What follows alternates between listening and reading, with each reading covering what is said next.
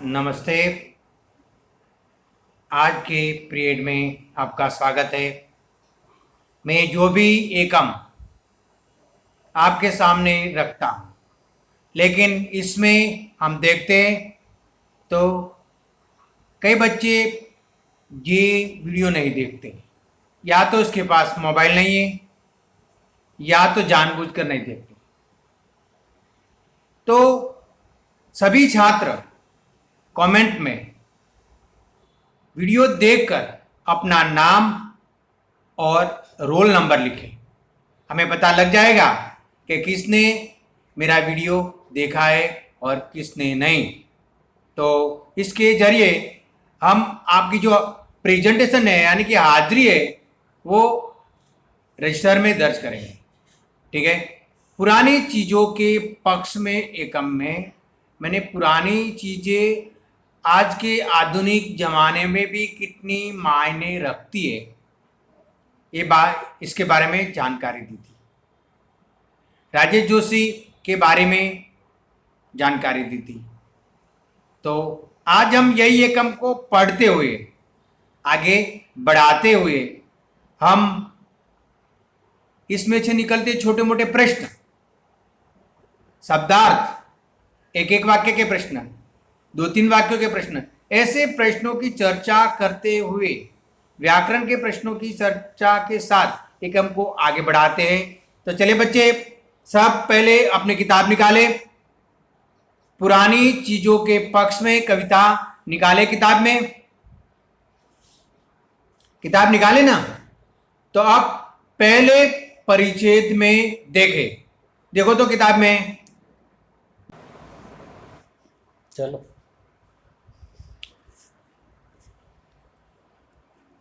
किताब में देखे तो कितनी ही बदल जाए यह दुनिया, कितनी ही बदल जाए यह दुनिया, काम आती रहती है लोगों के कुछ पुरानी चीजें हर वक्त। मानो कि दुनिया परिवर्तनशील है और परिवर्तन होते रहते हैं, तो नई नई चीजों का आविष्कार होता है, लोग शौक से उसे अपनाते हैं, लेकिन पुरानी चीजों को त्याग नहीं देते। आधुनिक युग में भी ये चीजें काम आती रहती है, काम आती रहती है लोगों के कुछ पुरानी चीजें हर वक्त यानी कि समय। मैंने अंडरलाइन करके अर्थ लिखा है। नानी की कहानियां और दादी के घरेलू इलाज के नुस्खे। इलाज, बीमार होने पर हम उसे इलाज करवाते हैं। इलाज के नुस्खे, इसका अर्थ है नुस्खे का कागज की लिख गई दवा एवं सेवन विधि। कागज में डॉक्टर आपको प्रिस्क्रिप्शन लिखकर देता है ना, वो ये दवा और इस किस प्रकार से उसे लेना है उसकी विधि के बारे में जानकारी। तो हमें आधुनिक युग में भी क्या याद आता है कि नानी की ज्ञानप्रद कहानियां, ज्ञान प्राप्त करें। आप छोटी क्लास में थे तो समझू बकरिया है, ऐसे अनेक कहानियां नानी कहती रहती थी। और छोटे थे तो बीमार पड़ने पर दादी के घरेलू इलाज के नुस्खे हैं, ये कभी पुराने नहीं हुए। तो आज भी बीमार पड़ने पर दादी कुछ ना कुछ इलाज करती रहती हैं। काम आते रहते जैसे सदियों पुराने पहाड़ और प्राचीन स्मृतियां उनके किनारे बसी सभ्यताओं की। तो इसी तरह सदियों पुराने पर्वत और उसके किनारे बसी प्राचीन सभ्यता कभी नष्ट नहीं होती, और उसकी यादें, यहां पर ऐसा था यहाँ पर वैसा था, पुराना घर गांव कैसा था, पुराना घर कैसा था। ऐसी जो पुरानी सभ्यता है ये हमेशा रहती है, हर युग में ये काम आती रहती है। ये परिच्छेद का सारा जितना रहता है कि दुनिया कितनी भी परिवर्तनशील है तो परिवर्तन होता रहे, लेकिन कोई भी पुरानी चीजें वो आज भी हमारे काम में आती रहती है। जैसे कि नानी की ज्ञानपद कहानियां, बीमार पड़ने पर दादी के घरेलू इलाज के नुस्खे, और ये सदियों पुराने पहाड़ या तो उनके पास जो सभ्यताएं थी, प्राचीन मोहनजोदड़ो है जैसी जो सभ्यताएं थी, वो उनकी स्मृतियां, उनकी यादें आज भी बसी हुई है। आगे के परिच्छेद में देखें कि कंप्यूटर और सैटेलाइट के युग में भी, सभी ने कंप्यूटर देखा है ना, कंप्यूटर और सैटेलाइट के युग में भी, सैटेलाइट उपग्रह, सैटेलाइट के जरिए हम मोबाइल का इस्तेमाल कर सकते हैं, टीवी का इस्तेमाल कर सकते हैं। ये उपग्रह के जरिए, सैटेलाइट और कंप्यूटर के युग में भी दुनिया की हजारों सड़क पर दौड़ती रहती है पुरानी साइकिलें। सैटेलाइट का जमाना है, कंप्यूटर का जमाना है, लेकिन आज भी जो सदियों पुरानी साइकिल है ना, वो आज भी काम आती रहती है। क्यों? क्योंकि साइकिल चलाने से शरीर स्वस्थ रहता है। दूसरा, पेट्रोल का खर्चा नहीं, और आम आदमी भी उसे खरीद सकता है। इसलिए आज भी इतने साल हो गए फिर भी साइकिल है, ये पुरानी होकर भी आज हमें हमारी सड़कों पर दौड़ती हुई देखने मिलती है। सच एक प्राचीन चीज है। आप देखें तो सच और झूठ दोनों पुराना है।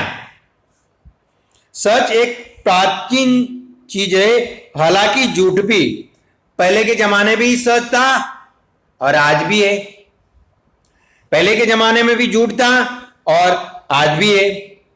महाभारत के वक्त में भी था सच और झूठ, और आज भी है।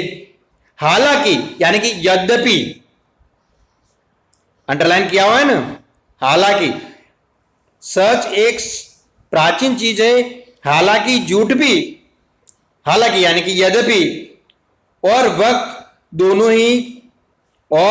पर दोनों ही काम आते हैं आदमी के। सच और झूठ, सच और झूठ दोनों ही पहले जैसे ही आज भी काम में आते हैं।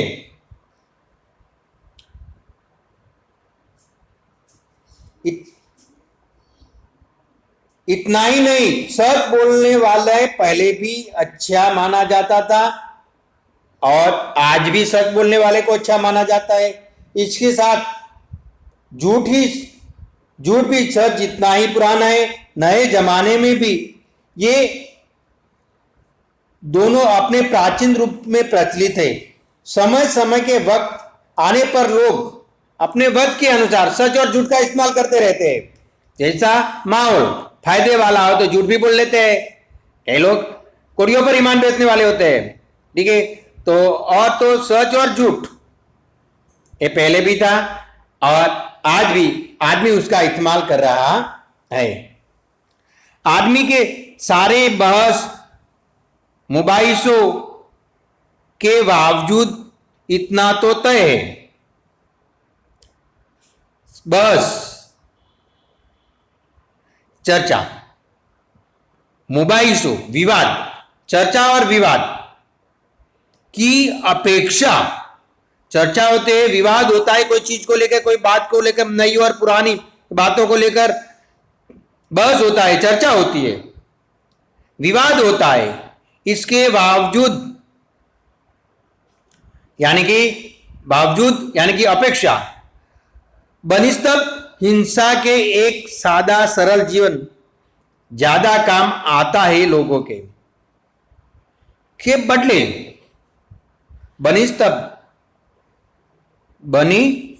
बस हिंसा के एक सादा सरल जीवन आज ज्यादा काम आता है लोगों के।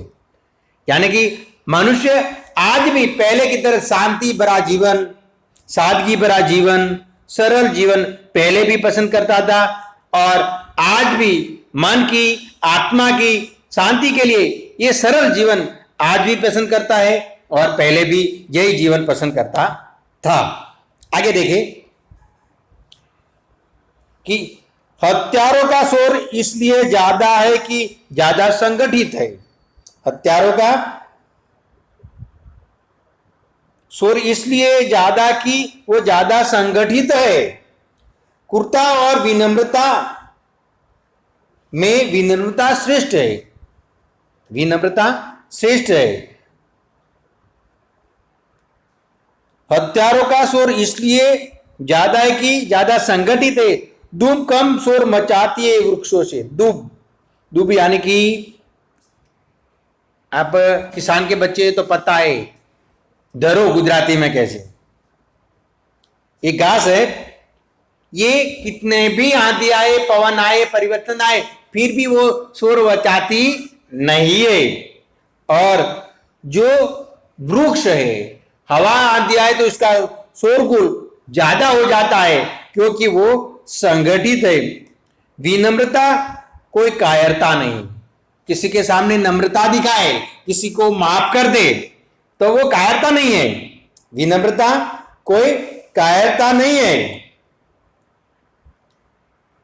और आप देखें कि धूप के माध्यम से समझाता है कि तन कर खड़े वृक्ष हवा लगने पर बहुत शोर मचाते हैं पर टूटकर गिर भी जाते हैं। आप देखें कि रास्ते पर कई पौधे, पेड़ गिर जाते हैं लेकिन धूप को कोई असर नहीं होता। धूप को कभी कोई असर नहीं होता। बारिश के मौसम में कई पेड़ रास्ते पर गिर जाते हैं। तो ये तो ज्यादा शोर मचाने वाले हत्यारों जैसे, वो तो कभी ना कभी वो एकदम टूट जाते हैं, गिर जाते हैं। धूप कब शोर मचाती है, यानी कि घास है, हरी घास, वो कम शोर मचाती है। इसमें नम्रता है, इसमें नम्रता है। ये धूप हवा लगने पर कभी शोर नहीं मचाती। और धूप का जो परिवर्तन है, हवा है, वो कुछ बिगाड़ नहीं सकता। नम्रता है, ये व्यक्ति का आभूषण है। आप किसी के सामने, बड़ों के सामने आदर के साथ बात करें तो ये नम्रता है आपकी। अपने खानदानी गुण है। अपने परिवार, कौन से परिवार में से आए वो बताता है। एक नम्रता एक व्यक्ति का आभूषण है। और कायरता, उसे कार नहीं कहा जा सकता। नए जमाने में की तरह मूर्खता नई नई मूर्खताओं के बावजूद बची रहती है। अनेक गलतियां करते रहते हैं। नई नई मूर्खता है यानी कि अनेक गलतियां करने पर भी बची रहती है पुरानी समझदारियां। ठीक है, अनेक जगह दंगा फसाद होता है, ठंडा फसाद होता है, पड़ोसी के साथ लड़ाई झगड़ा होता है, परिवार में भी होता है। लेकिन इसमें कई बुजुर्ग बड़े कि जो पुरानी समझदारियां हैं, परिवार में प्रेम भरा माहौल बनाने में कई लोग माहिर होते हैं। ये पुरानी बातें, पुरानी समझदारियां है, पुरानी समझ है, वो आज भी हमारी स्मृतियों में बची हुए थोड़ी सी टीस और थोड़ी सी मिठास, थोड़ी सी टीस और थोड़ी सी मिठास,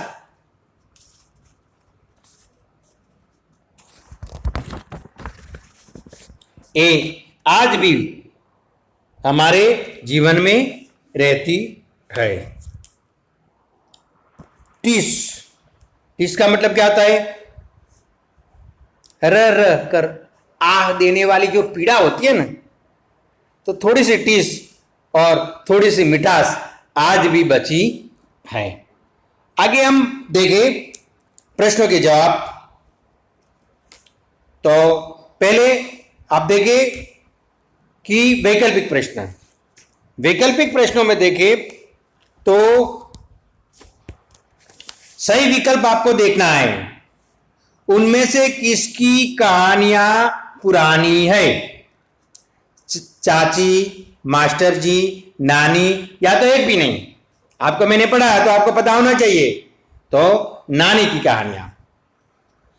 कंप्यूटर और सैटेलाइट के युग में आज भी सड़कों पर क्या दौड़ रही है? मोटर कार, बैलगाड़ी, साइकिल, के इसमें से एक भी नहीं। तो सही उत्तर क्या है? साइकिल। दूब किसका प्रतीक है? हत्यारों का, संगठितता का, विनम्रता का और सरलता का। तो क्या है? दुबे विनम्रता का प्रतीक है। सारे विवाद का केंद्र स्थान कौन सी बात है? सभी जगह विवाद होते हैं, तो ये झूठ अपने आप को सच साबित करने की कोशिश करता है। तो सारे विवाद का केंद्र स्थान क्या है? सच है या झूठ है? दोनों में से एक भी नहीं, कि सच और झूठ दोनों। तो झूठ है, वो सारे विवादों का केंद्र स्थान है। पांचवा प्रश्न है, कुछ पुरानी चीजों के पक्ष में कविता में कवि का रुझान किन चीजों की ओर है? तो कुछ पुरानी चीजों के पक्ष में कविता का रुझान देखें तो आध्यात्मिकता की बात बताइए, सामाजिकता की बात बताइए, पुरानापन की बात बताइए, या तो नयापन की। तो ये कविता का जो शीर्षक है वही देखिए, तो पुरानापन, ये इसका उत्तर हो सकता है। इसके आगे एक एक वाक्य के प्रश्नों के उत्तर देखें तो निम्नलिखित प्रश्नों के एक एक वाक्य में उत्तर दीजिए। तो पहला प्रश्न है कि कुछ पुरानी चीजों के पक्ष में कवि ने किन चीजों के मद्देनजर अपनी बात कही है? तो आप देखिए, सबसे पहले तो किन चीजों? तो नानी की कहानियां। दूसरी बात, दादी के घरेलू इलाज के नुस्खे। तीसरी बात, पुराने पहाड़। चौथी बात, कंप्यूटर। पांचवी बात, सैटेलाइट और साइकिल। इन सभी चीजों के मद्देनजर रखते हुए अपनी बात कही है। पुरानी चीजों के पक्ष में कविता में कवि ने किन चीजों को मद्देनजर अपनी बात कही है? तो नानी की कहानियां, दादी की घरेलू इलाज के नुस्खे, सदियों पुराने पहाड़, कंप्यूटर, सैटेलाइट और साइकिल। दूसरा प्रश्न है, एक वाक्य का है, बीमार पड़ने पर आज भी क्या काम आता है? तो इसका उत्तर क्या हो सकता है? तो बीमार पड़ने पर आज भी दादी के घरेलू इलाज के नुस्खे काम आते हैं। दादी के घरेलू इलाज के नुस्खे काम आते रहते हैं। तीसरा प्रश्न है, पुरानी चीजों के पक्ष में आधुनिकता की परिचायक कौन सी चीजें है? पुरानी चीजों के पक्ष में कविता पुरानी चीजों के पक्ष में, लेकिन आधुनिक कौन कौन सी चीजों की बात बताइए? तो एक तो कंप्यूटर, सैटेलाइट और साइकिल जैसे आधुनिकता की परिचायक चीजें बताई हैं। चौथा प्रश्न है, कवि राजेश जोशी कौन सी चीज स्मृतियों में शेष रहने की बात करते हैं? तो कवि राजेश जोशी कहते हैं थोड़ी सी टीस, थोड़ी सी मिठास और पुरानी समझदारियां, इन चीजों को स्मृतियों में शेष रहने की बात करते हैं। क्या? थोड़ी सी टीस, थोड़ी सी मिठास तथा पुरानी समझदारियां आदि चीजों को स्मृतियों में शेष रहने की बात करते हैं। जो प्रश्न समझ में ना आए तो ये बार बार देखना, फिर भी समझ में ना आए तो हमें टेलीफोन करके बोलना। आगे का प्रश्न है, बड़े प्रश्न है, सड़कों पर आज भी साइकिल क्यों चलाई जाती है? सड़कों पर आज भी साइकिल क्यों चलाई जाती है? क्यों भाई, जानते हैं? मैंने पढ़ाया तो आपको समझ में आना चाहिए। तो इसका उत्तर है सड़कों पर आज भी साइकिल चलाई जाती है, क्योंकि वो तो पुरानी है। सच और झूठ दोनों इस जमाने में भी काम आते हैं। तो साइकिल भी एक प्राचीन चीज है। पुरानी नानी की कहानियां, पुराने दादी के घरेलू इलाज के नुस्खे, सदियों पुराने पहाड़ आज भी काम आते हैं। इस प्रकार साइकिल भी आज चलाई जाती है। जनता के लिए बिना खर्च का साधन है। इससे शरीर का स्वास्थ्य भी अच्छा रहता है। इसीलिए सड़कों पर आज भी साइकिल चलाई जाती है। इसमें दो बातें याद रखना चाहिए। बिना खर्च का साधन है, पेट्रोल आदि की कोई जरूरत नहीं रहती, आम आदमी भी खरीद सकता है। इससे शरीर भी स्वस्थ रहता है। इसलिए सड़कों पर आज भी साइकिल चलाई जाती है।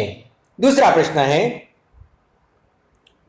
तो लोगों को हिंसा के बजाय सरल जीवन क्यों पसंद है? हिंसा, खुनामर की क्या किसी को पसंद नहीं है? सब लोग सरल जीवन चाहते हैं। तो प्रश्न है, लोगों को हिंसा के बजाय सरल जीवन क्यों पसंद है? उत्तर कि लोगों को हिंसा के बजाय सरल जीवन पसंद है, क्योंकि हिंसा के बजाय एक सादा सरल जीवन लोगों को ज्यादा काम आता है। सारी बहसें, विवादों के बाद यह तय हुआ, निश्चित हुआ कि सरल जीवन ही श्रेयकर है। हिंसा से जीवन तहस नहस हो जाता है, चिंताग्रस्त रहता है, नींद भी नहीं आती, खाना पीना भी हजम नहीं होता। हिंसा का परिणाम कभी अच्छा होता ही नहीं। हिंसा से निरंतर संघर्ष ही रहता है। इससे अच्छा है कि आदमी अपना जीवन सरल व्यतीत करे। इसीलिए लोग हिंसा के बजाय सरल जीवन पसंद करते हैं। आगे देखें कि मैंने समानार्थी शब्द बताए, लिखे, तो उसको रखकर पढ़ना है कि समानार्थी, विलोम शब्द, प्रत्यय, उपसर्ग, संधि, समास, ये सब मैंने ये व्याकरण के प्रश्न लिख कर रखे।